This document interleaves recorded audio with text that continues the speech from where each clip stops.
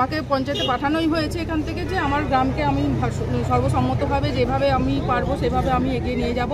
সুন্দরভাবে যেমন সাজানো আছে তেমন আরও যদি ভালো করতে পারি তার জন্য আমি নিশ্চিত চেষ্টা করব।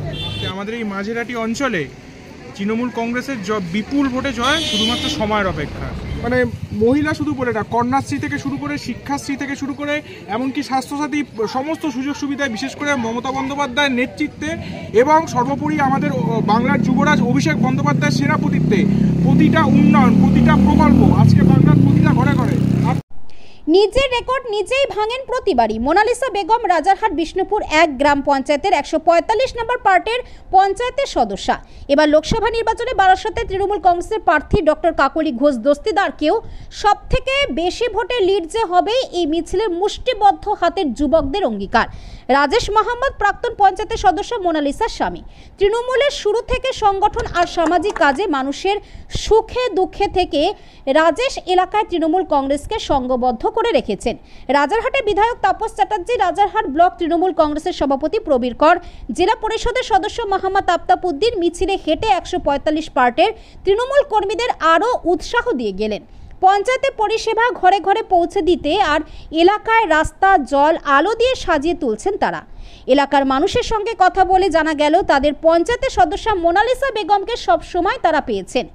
মাঝের আটির শান্তিপ্রিয় গ্রামবাসীরা মোনালিসাকে সামনে রেখেই কাকলিকে ঢেলে ভোট দেবেন এমনটাই আশা রাখছে তৃণমূল কংগ্রেস। বলার কিছু নেই, এটা পরম্পরা, মাঝেরহাটির বুথের পরম্পরা। এটা পবিত্র বুথ, এটা জানেন আপনারা যে পীর সাহেবের বুথ, এটা পীর সাহেবের বসবাস করছেন এখানে, তার জন্য হাজার হাজার লোক বাইরে থেকে এখানে আসেন পবিত্র স্থান দর্শনে। সেইখানকার বুথ পরম্পরা, এটা রেকর্ড ভোটে প্রতিবারে যেতে।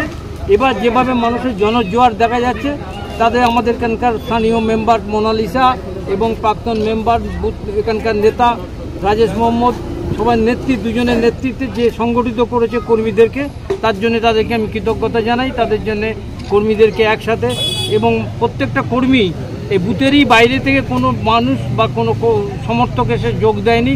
একদম লোকাল ছেলেদেরকে নিয়ে এই স্বতঃস্ফূর্ত মিছিল, তার ডাকে বোঝা যায় 4 তারিখ কী হতে চলেছে। আপনারা নিশ্চয়ই বুঝতে পারছেন এটা। এর প্রবণতা দেখে, বুথের প্রবণতা দেখে প্রত্যেকটা বুথে এখন এই অবস্থা প্রায় 19-20 আমাদের চলছে। এখন চলছে এক বুথের সঙ্গে 8 বুথের লড়াই আমাদের নিজেদের মধ্যে, কে বেশি ভোটে জিতবে। আমি আশা করি নিশ্চিতভাবে প্রতিবারের মতন এবারেও বিশাল লিড নেবে আজকে মাঝেরহাটি বুথ। সমস্যা থাকবেই, সমাধানও হবে। তৃণমূল কংগ্রেস সমস্যা জিইয়ে রাখে না, নেত্রীর শিক্ষা, একটা একটা করে সব সমাধান হবে, এটুকু ভরসা রাখতে পারেন যে নিশ্চিতভাবে আমরা সবাই মিলে, আমি বিধায়ক এমপি সবাই মিলে আমরা তার সমাধান আমরা নিশ্চিতভাবে করব। এটা মানুষ আমাদের প্রতি আস্থা রাখতে পারেন। এটা আমি ভোট চাওয়ার জন্য বলছি না, এটা কর্তব্য। আমাদের জনপ্রতিনিধি হিসেবে আমাদের নির্বাচিত করেছে মানুষ, তাদের প্রতি দায়বদ্ধতা, এটা আমরা নিশ্চিতভাবে করব। কোনোটাই আমার একার কৃতিত্ব কিছু নেই, আমি আর রাজেশ মোহাম্মদের একার কৃতিত্ব কিছু নেই। আমাদের এখানে যতজন কর্মী আছে, আমিও নিজে একটা কর্মী, তা আমাদের এখানে সবাই আমরা কর্মী, সবার কর্মীর উদ্যোগেই কিন্তু আজকের এই বড় মিছিল সম্পন্ন হয়েছে। আমরা সবাই কর্মী আর সবাই যৌথভাবে কাজ করি। কোনো একটা ছোট ডিসিশন নিতে গেলেও যেমন সবার পরামর্শ নিই, তেমনি আমরা একটা বড় কাজেও একটা সবার পরামর্শ নিয়েই চলি। আমাদের কোনো এই যে এত বড় মিছিলটা হয়েছে তার জন্য আমরা প্রিপারেশান নিয়েছি প্রায় আমাদের যখন 2 মাস আগে থেকে, তার মানে যখন রোজা পড়েছে রোজার মধ্যেই আমরা একটা কর্মী সভা করে নিয়েছি। তারপরে আমাদের অলরেডি 2টো কর্মী সভা হয়ে গেছে, সেখানে আমাদের মোটামুটি আমরা তৈরি করে নিয়েছি আমরা কেমনভাবে এগোবো আর আমাদের বুথকে কেমনভাবে হাইয়েস্ট লিডে আমরা এগিয়ে নিয়ে যেতে পারবো। মাঝেরহাটে আমি পঞ্চায়েত সমিতি থেকে জিতেছি, এখানে এসে দেখেছি মাঝেরহাটের জনগণ সচেতন। এদেরকে ভোট দিন বলতে হয় না, নিজের তাগিদেই ভোট দেয় এবং খুবই শান্তিপ্রিয়। এখানে শান্তিতেই ভোটগুলো হয়, যে বারবার মিছিল করতে হবে, বাড়ি বাড়ি যেতে হবে তা কিন্তু না। ওনারা নিজেদের তাগিদে নিজেরা ছুটে আসেন এবং এর থেকে বোঝা যায় যে ভালো মন্দ জ্ঞানটুকু ওনাদের আছে। 2011 সালে এখান থেকে কিন্তু সিপিএম জিতেছিল। 2013 সালে আমরা যখন আমাদের গ্রামবাসী যখন একসঙ্গে থেকে আমাদেরকে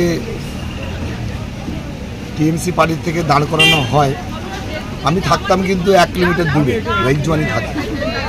আমার গ্রামের মানুষ তখন আমাকে বলেছিল যে রাজেশকে দাঁড় করাতে হবে। সেই 2011 সালের সিপিএমের দুর্গ 2013 সালে আমরা সেই সময় মানে কারুর মুখে আমাদের যে তৃণমূল কর্মী ছিল যারা, তারা কিন্তু এক ভাগকে কিন্তু না বলে কিছু ছিল না। আমি সেইটা কিন্তু 2024 সালে দেখতে পাচ্ছি জন্য আজকের কিন্তু রাজেশের ডাকে বা মোনালিসার ডাকে বা আমাদের বিধায়কের ডাকে না, কিন্তু তাদের ইচ্ছাতে মমতা ব্যানার্জিকে ভালোবেসে তারা কিন্তু আজ আমাদের যে মমতা ব্যানার্জি যে দাঁড় করিয়েছেন কাকুলিদিকে এবার আমরা 4 বারে দেখতে চাই আমাদের মহিলা নেত্রী। ওই জন্য আমরা গ্রামবাসী আজকে যে আমাদের প্রকল্পগুলো পেয়েছি, কন্যাশ্রী, রূপশ্রী, স্বাস্থ্যসাথী, আর আমরা কিন্তু সত্যিকার মানে আমরা হয়তো মুখে বলছি, আমরা প্রত্যেকটা মানুষের আপদ বিপদে আপনি যদি মানে কাউকে জিজ্ঞাসা করেন যে আমরা পার্টির থেকে কি হেল্প পাই কি না পাই, সেটা কিন্তু ওরা কিন্তু বলে দেবে, মানুষই বলে দেবে। আমরা 2018 সাল থেকে যে ঘর পাওয়ার কথা ছিল সেই ঘর কিন্তু এখনও পাইনি। কেন? আমাদের ভাতে মারতে চাইছে মোদী সরকার, আমাদের ভাতে মারতে চাইছে।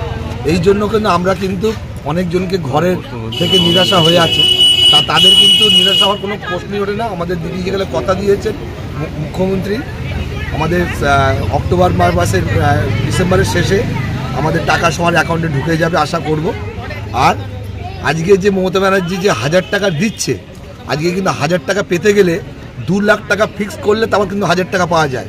এখন একসঙ্গে মিলে একসঙ্গে কেনাকাটা করতে যাচ্ছে বা একসঙ্গে ঘুরতে যাচ্ছে, একসঙ্গে সবই করছে। তাই আমি সবাইকে বলবো আজকের 145 নম্বর পার্টির যে আজকের কর্মীরা এসছে, আজকে ধন্যবাদ জানাই। আজ আমি ধন্যবাদ জানাই আমাদের এমএলএ তাপস চট্টোপাধ্যায়কে, আমাদের অভিভাবক প্রবীর করকে, আমাদের যুব নেতা আফতাবউদ্দিন ভাইকে, আমাদের সমিতির সহমিতির যে মেম্বার এসেছিলেন কর্মদক্ষ কবিতা সানা, আমাদের পঞ্চায়েত মেম্বার মোনালিসা বেগম, প্রাক্তন পঞ্চায়েত মেম্বার এসেছিলেন অঙ্কুশ মুখার্জি। আমি প্রত্যেকটা মানুষকে আমার অন্তর থেকে ধন্যবাদ জানাই। 13 সাল থেকে আমরা বলে আসছি, আমাদের নেতৃত্বকে বলে আসছি, আমাদের অটোটা তখনই আমাদের রাস্তাটা খুব খারাপ ছিল, এখন আমাদের রাস্তাটা খুব সুন্দর রাস্তা হয়েছে। আমি যার কথা নিতে আমার নিতেই হবে, সে হচ্ছে সব্যসাচী দত্ত মুনিয়াদা। আজকে কিন্তু আমি যা কিছু আমার নাম যতই যাই হোক না কেন, আমার কিন্তু নামটা কিন্তু মুনিয়া দত্ত মারফতেই কিন্তু হয়েছে। আজ মুনিয়াদা না থাকলে হয়তো রাজেশকে হয়তো কেউ চিনত না। আমার নাম কিন্তু আজকে আমি যে রাজনীতিতে এসেছি, আগে আমার বাবার পরিচয় দিতাম যে স্কুল মাস্টার আলিবর্দিনের ছেলে। আজকে কিন্তু আমার যে রাজেশ মোহাম্মদ, সেই পরিচয় কিন্তু আমাকে দিয়েছে মুনিয়া দত্ত, সব্যসাচী দত্ত মুনিয়া। আজকের এই মুনিয়া দত্তর জন্যই কিন্তু আমি নাম ধরে বলছি, কিন্তু আমাদের মানে স্বর্গীয় দাদা আজকের এই রাস্তাটা করেছিল বলে আমাদের গ্রাম মানুষের অনেক সুবিধা হচ্ছে। আমি নেতৃত্বের কাছে আবেদন করেছি যে আমাদের এখান থেকে অটো রুটটা আছে, অটো রুটটা রাজারহাটে নিয়ে যাওয়ার জন্য আবেদন করব। আমি তাপস চট্টোপাধ্যায়কে বলবো, প্রবীরদাকে বলবো। আর আমাদের নিউ টাউনের দোকান হচ্ছে, আমাদেরকে তাপস চট্টোপাধ্যায় কথা দিয়েছেন, আমাদের নিউ টাউনের হিটকোর থেকে লোক এসেছিলেন যে দোকান তুলে নেওয়ার জন্য, কিন্তু তাপস চট্টোপাধ্যায় এক কথাতে এখন কিন্তু স্থগিত আছে। হয়তো ভোটের পরে কাজ শুরু হবে, কিন্তু আমাদের তাপস চট্টোপাধ্যায় কথা দিয়েছে দোকান প্রত্যেকটা মানুষের দোকান বুঝিয়ে দিয়ে আবার কিন্তু সব কিছু হবে।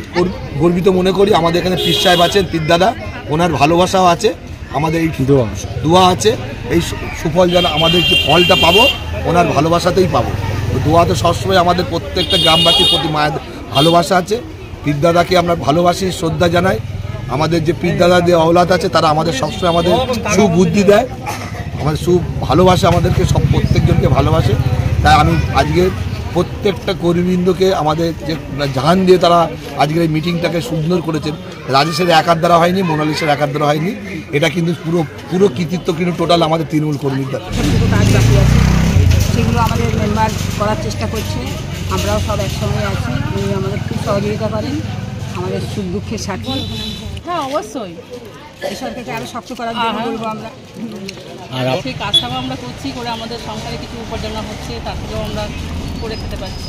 রাস্তাঘাট থেকে শুরু করে মানুষের বিপদ আপদ 24 ঘন্টা যেমন অ্যাম্বুলেন্স পরিষেবা পাই আমরা, যেমন রাজেশ মোহাম্মদ, মোনালিসা বেগমকে আমরা 24 ঘন্টা পেয়ে থাকি।